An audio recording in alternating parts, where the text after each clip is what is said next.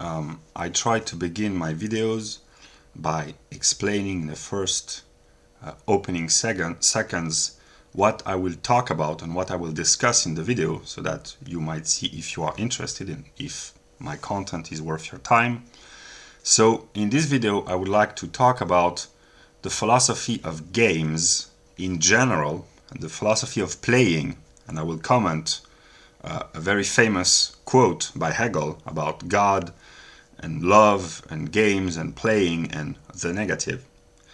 I will make a systematic chronological comment of this book, Games and Men, by a French sociologist.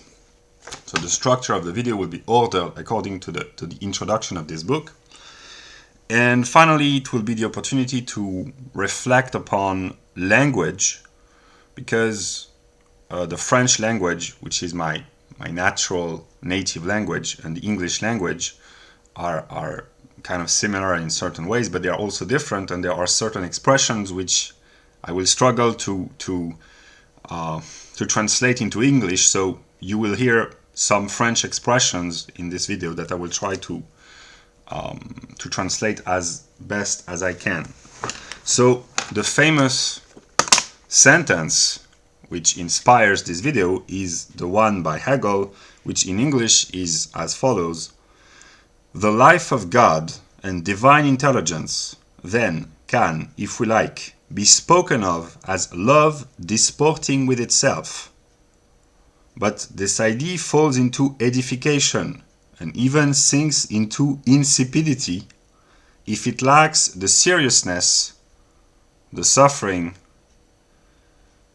the patience, and the labor of the negative."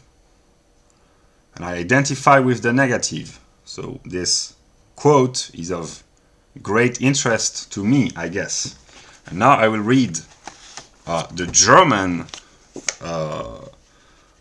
German translation, not the German original words from Die Phänomenologie des Geistes, because it's clearer in German. "Das Leben Gottes und das göttliche Erkennen mag also wohl als ein Spielen der Liebe mit sich selbst, a game of love with itself, or a play of love with itself." And I said that this video will be the opportunity to have a deep reflection upon language. Honestly, I don't know what is the difference between a game and a play, because we have only one word in my language. So I will use these words indifferently, knowing that you, if you are a native speaker of English, you can correct me and try to understand my words by your own interpretation. So, ein Spielen der Liebe mit sich selbst ausgesprochen werden. Diese Idee sinkt zur Erbaulichkeit und selbst zur Feigheit herab, wenn der Ernst, der Schmerz, which is the pain, not the suffering, the pain, die Geduld und Arbeit des Negativen darin fehlt. So in German we understand that love is a game, and the price to pay is pain, and patience, and work, and seriousness. Yeah. So now, if you are still with me, I will enumerate the structure of the video. Maybe there will be 2 or 3 videos, I don't know, because there are 23 points that I will like to mention. And if you want to skip the presentation of the structure, you can look down below in the description and choose the point that interests you the most. So, first point, I will talk about the different kinds of games, what we call games or plays, but also sports, video games, entertainment, and humor. Games as games. In the second point, I will talk about the rules of a game, about cheating, about music and actors, about Christianity, about tough games and rough games. In the part 3, I will talk about, or the point 3, I will talk about the requirements of a player or a gamer in any kind of game. In the part 4, I will discuss the French language. In the fifth part, or the fifth point, I will discuss economics and marriage as some sort of games. In the part 6, I will talk about sports,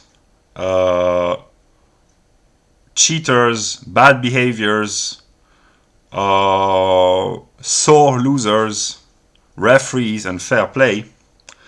In the point 7, I will briefly talk about Nietzsche and Dostoievsky, who were profound players in a way. In the part 9, I will talk about machines, gear, and serious games. In the point 10, I will discuss the philosophy of being a player or a gamer. In the point 11, I will talk about law or legislation, the social game and crime and punishment also. In the point 12, I will briefly discuss games throughout the history of the West, Western culture, and also Western art and literature and philosophy. Point 13, I will talk about politics as some sort of a game, a sick game, a bad joke maybe, but a game nonetheless. In part 14, I will talk about art and aesthetics. In the point 15, I will talk about war. In point 16, I will talk about how games and plays enable civilization to develop. Part 17, I will talk about mathematics. I'm missing a part. Anyway, the next part I will talk about children's plays or children game. I will talk about fair play in the next part, respect, admiration for one's opponent in the realm of sport. In the next part, I will talk about how to learn to be a decent loser, and there can be beauty in losing a game, any game, and finally I will talk about God and humor. So this is the structure. So I begin. So I follow the chronological order of the book. Let us begin with Hegel's logic. Game or playing is the universal, and the different kinds of games, the species of games, are the particular. For instance, board games or sports or construction games are particular kinds of games. They participate in the universality, the idea of game, and each game is a singular occurrence. A game of chess is one game, it's a singular game, and the particularity is chess, and the universality is that it is a game. So yeah, that's the logical structure. There are many kind of games. Gambling is a sort of game. Board games are games. There are games who test ability, patience, games who are played on the outside to exert the strength and the vitality and the vigor of the body and the character. There are games who require skill, intelligence. So broadly defined, a game can be multiple. It is one and many at the same time, and this is a logical determination. And the author of the introduction begins by saying that to play is to be able to rest. There is the seriousness of life, which is work, and then there's play. And when we play, at the beginning, we want to rest, to be at ease. And the remark that I can make is that Hegel's vision of playing is restlessness. So for Hegel, to play is to be in a constant state of restlessness. That's what working and playing for Hegel are kind of the same. The author says that games or playing is a free act. And here I said that I will have a reflection and a thinking about language. There are two words I believe in English. Something is free and something can be gratuitous. Gratuitous, namely you don't have to pay. What's his name? Milton Friedman said there's no such thing as a free meal because every meal has to be paid for by someone.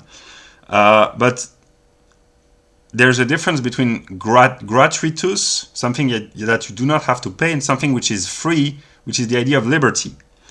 So one could imagine that life, which is not always pleasant and can be very unpleasant at some moment, is a free gift from God, but also a gratuitous gift from God.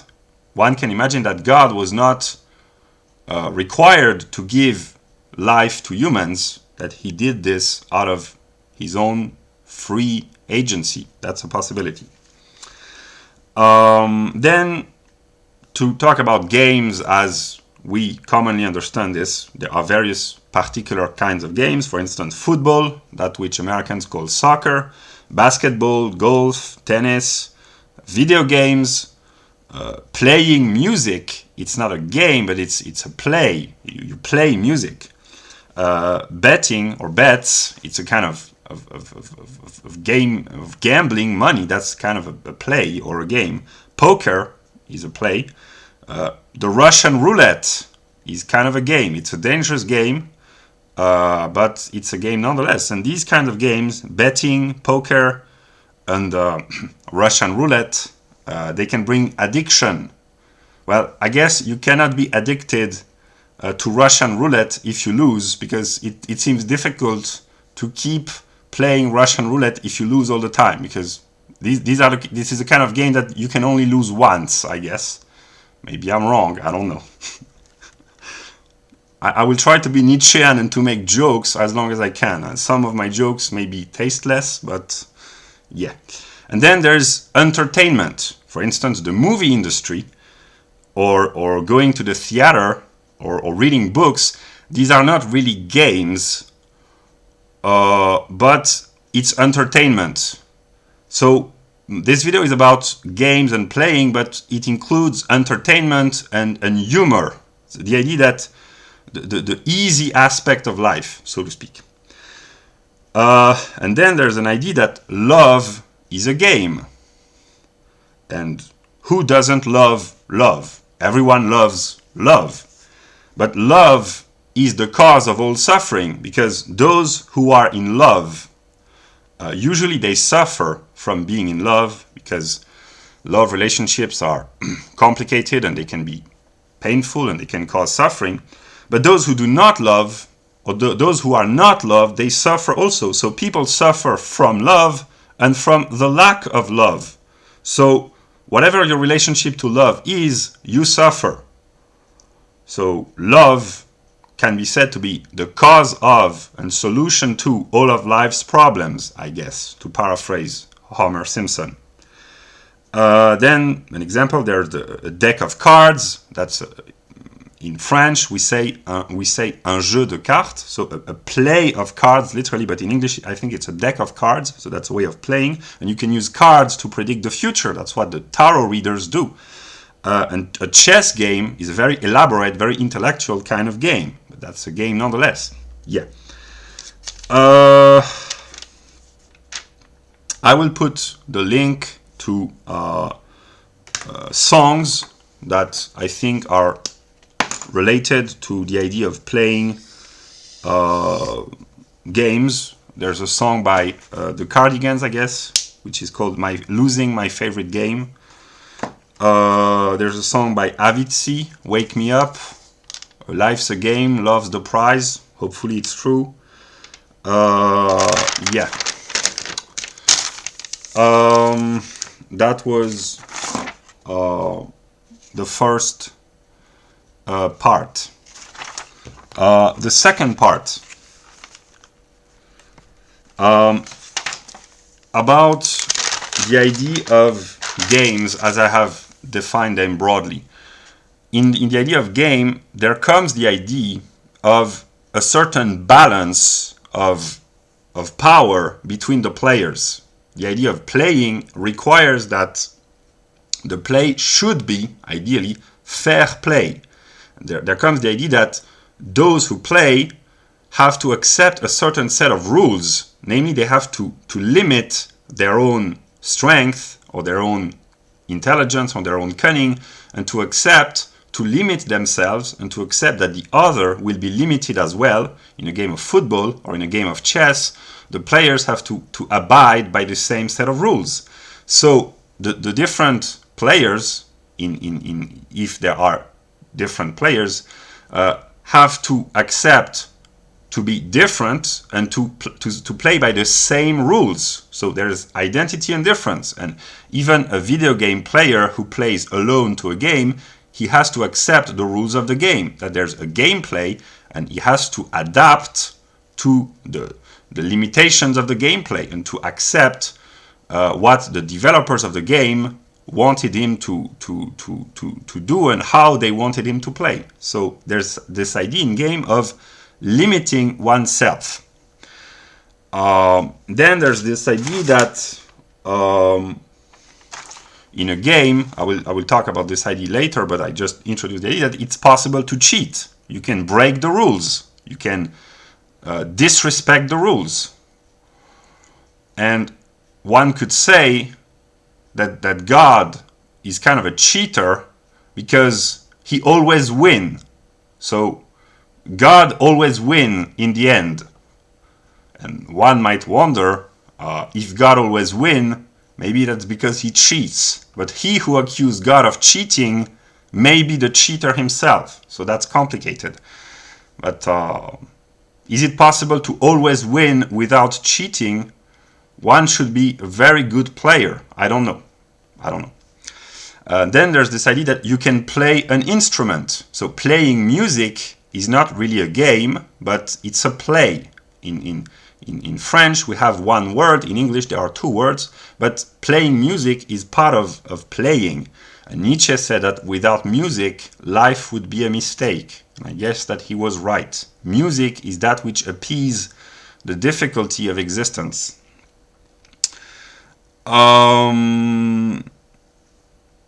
Then the author says that playing or a game is what he calls a closed totality, which is complete at the beginning and immovable, and it is conceived to function without any external intervention. It is only the self-energy of the totality, the energy which is contained within the totality, which must set the game into motion. And this is a very Hegelian idea, the idea that we are a totality and that it is the energy of the negative which sets the totality into motion and which breaks the circle. And the purpose of Hegel's philosophy is to reconstruct, to rebuild the circle, which is very difficult. But yeah. And then I will take a quote from Philip K. Dick's Exegesis. He says, in unusual cases, the suffering creature actually experiences Christian anamnesis, which is recovery of memory, and remembers who he is and how he fits in with the passion play. He actually sees the world stripped down to the eternal acting out of the passion play. So, in the view of Philip K. Dick, being crucified is kind of a play, a passion play. It's a very painful and it causes a great deal of suffering for he who gets crucified. But in the English word, it's a play nonetheless. So, yeah. Also, this part is about the seriousness and the rough and tough aspect of playing. If I have to be honest, I could say that a cat can play with a mouse. that the Joker can play with Batman. So we use the word to play to describe these realities as well. Yeah. Then about actors, movie actors. They play a role. They act. They play a character. They embody a character. And there's a very interesting remark by the author of the book, is that the actor in a movie or in a theater's play is determined by the script, in a sense that he has no choice but to speak what the writer or the movie director or those who write the scenario want him to say, but he has a certain room for expressing his own personality, in a sense that a more talented actor will play a role more convincingly than a less talented actor, although the script is identical. And I'm not a great specialist in movie and cinema, but I guess that there's a certain room for improvisation, to improvise, and I guess that in many movies talented actors are allowed to change the script to a certain extent if they are inspired. There may be famous anecdotes in the history of the movie industry of which I'm not familiar with, but I'm sure that those who love movies can find examples of this where an actor had a moment of inspiration and the movie director was forced to let him change the script partly. Yeah. Then the idea of Christianity as a religion. The great mystery of Christianity, the great question that Christian theologians ask themselves is how or why did God, the infinite, the universal, made himself finite? Why did God become man in the Christian religion? And some might say that it is to reveal what God is to mankind. This is the view of Hegel. And this idea of self-limitation, of limiting one's freedom, is precisely the conceptual structure of a game. When you play a game, like I've just said, you have to limit your own freedom and to accept to play by the rules. So God, in the Christian perspective, by making himself finite, accepted to limit his own infinity, his own universality, and to limit and to restrict his own infinity, so to speak. Yeah. Then part 3.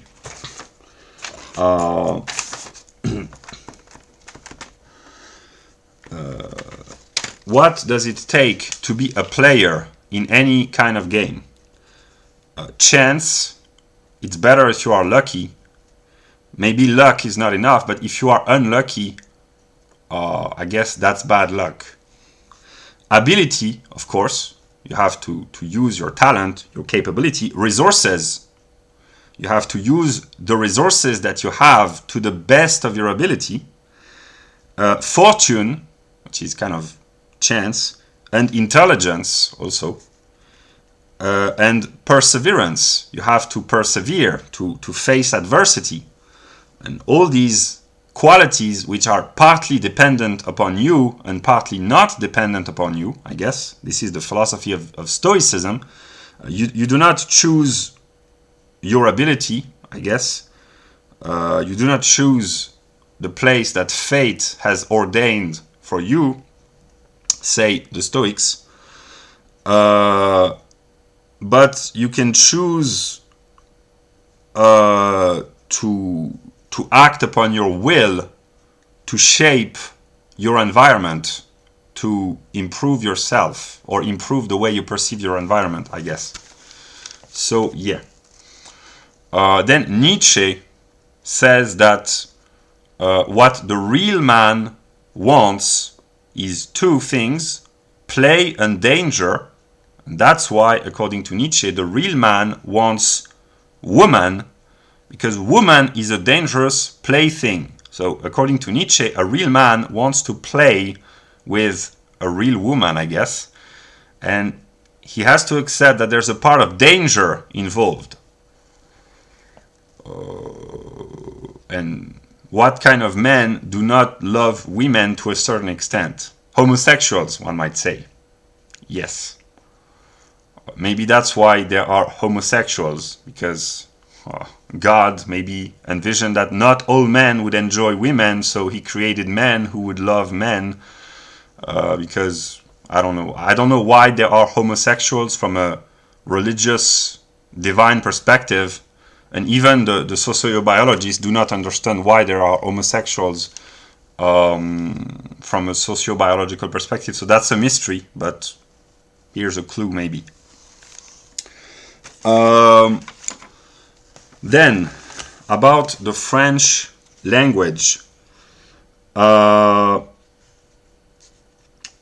There are expressions that I will speak in French, and I cannot translate them literally in English.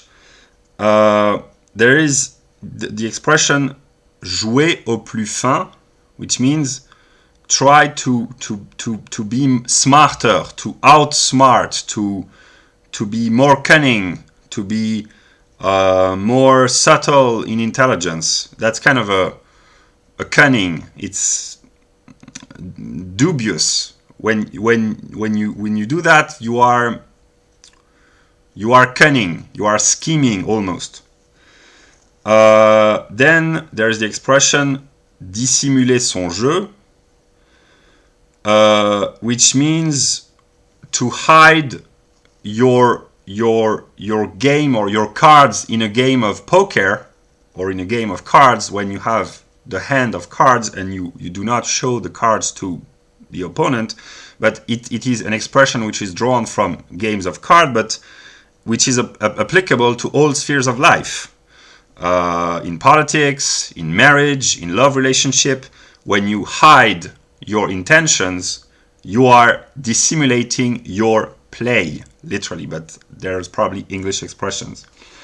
And he says that playing requires to have a strategy.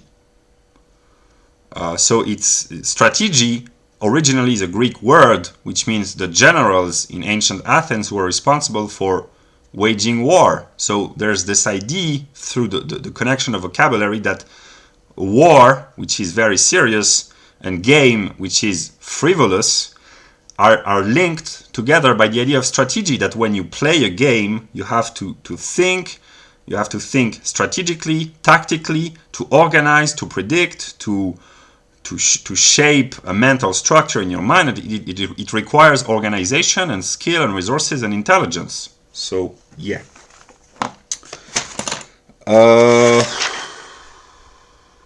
Then, I will briefly talk about other expressions. Mettre sa vie en jeu means to put your life on the line. To play your life, literally. It means that when you put your life on the line, you accept that you may die in the process. So you have to accept the possibility of death. So you can play with your life, namely you can risk death in your endeavor. You can risk your reputation, your life, your career, etc., etc. There's another expression which says le jeu ne vaut pas la chandelle, which translated literally means the game or the play is not worth the candle.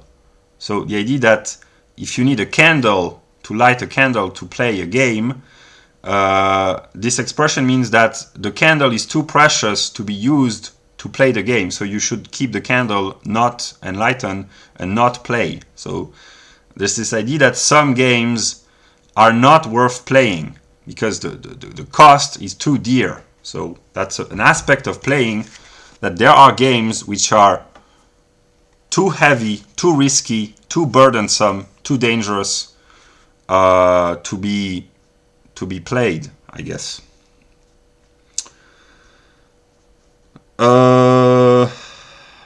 He says that a player must deal between calculating, evaluating the resources available to him, evaluating the risks, switching between being careful and being audacious, being brave and bold and being careful. And he has to find the proper balance, the proper measure. And he has to accept that he must bet more on what he does not control than on what he controls. So to play means to accept a part of risk. You have to bet upon unknown quanta or unknown factors. You have to accept to risk yourself when you play. And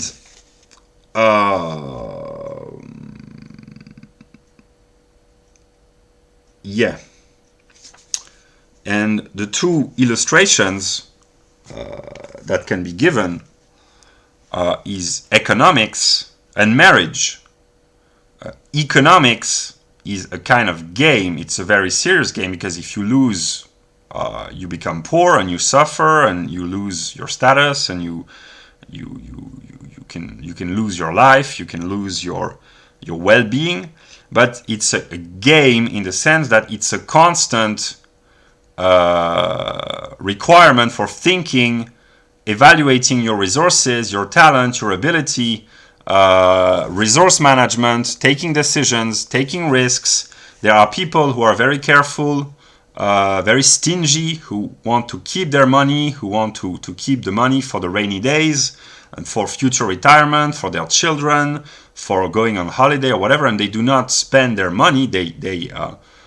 In French, économiser means to spare money, to leave money behind. So economics means the science of sparing money in a way, partly. But also economics in capitalist countries is about taking risks. And an economic agent is constantly playing a game of wondering, should I invest? Should I use my resources to have enjoyment, or to invest in developing my human capital, my skills to reap a greater benefit in the future? So this is the capitalist theory of economics, namely the idea that economic agents are rational agents who are constantly calculating about maximizing profits, minimizing losses, and finding the proper balance between risk and reward. This is it enables to understand the capitalist Homo economicus view on life, on economic life. And marriage is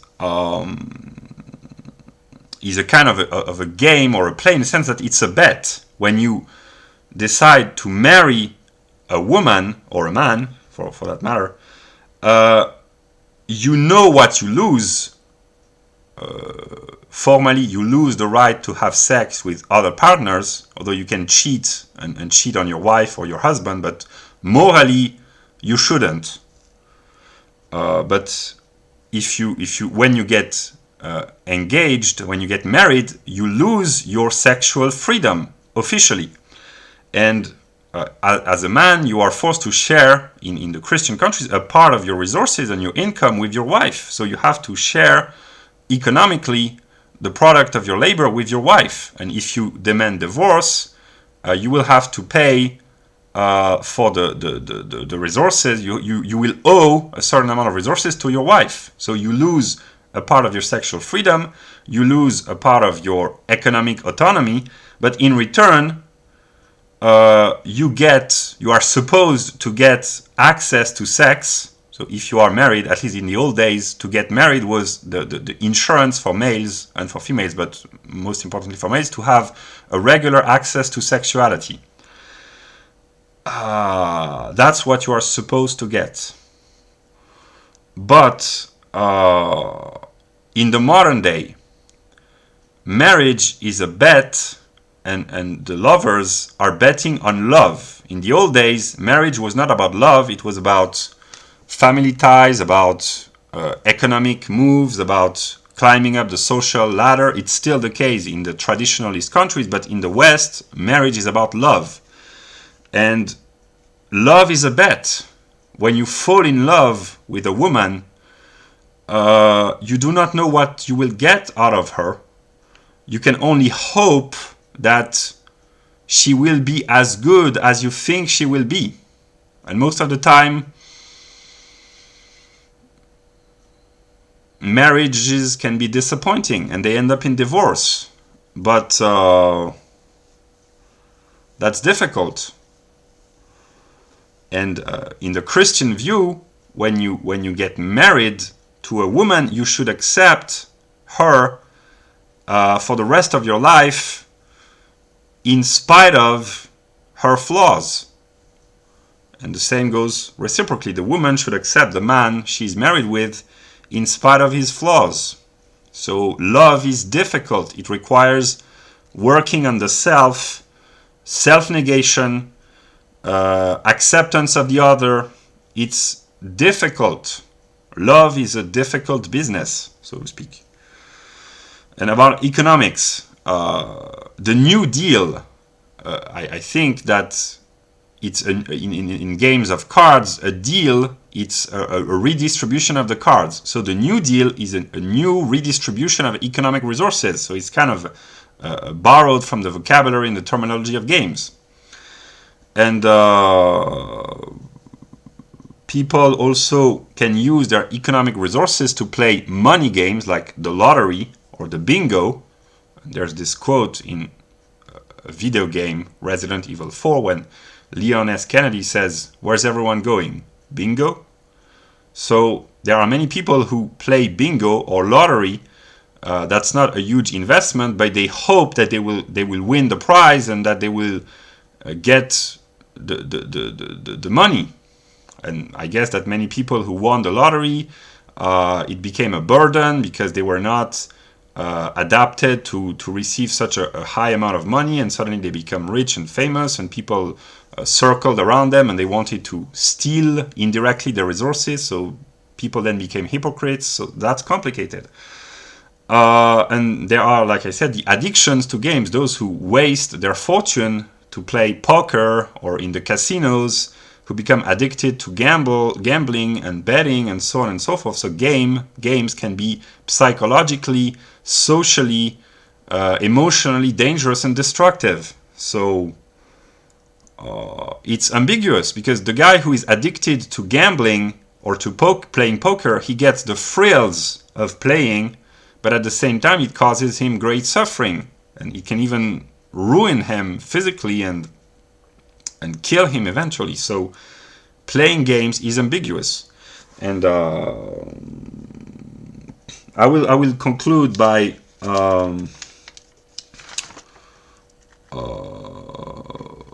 mentioning Dostoievski, who was a very profound man, one of the most serious men ever, probably in literature, because his writings are very serious. But at the same time, he was a player, a gambler, and he wrote a book about the addictions of playing. And yeah, I will stop there for now. This was a broad introduction. So the idea of games and playing is very vast, very broad. I've only explored 6 or 7 parts. There are many more, so I will make a second video. And yeah.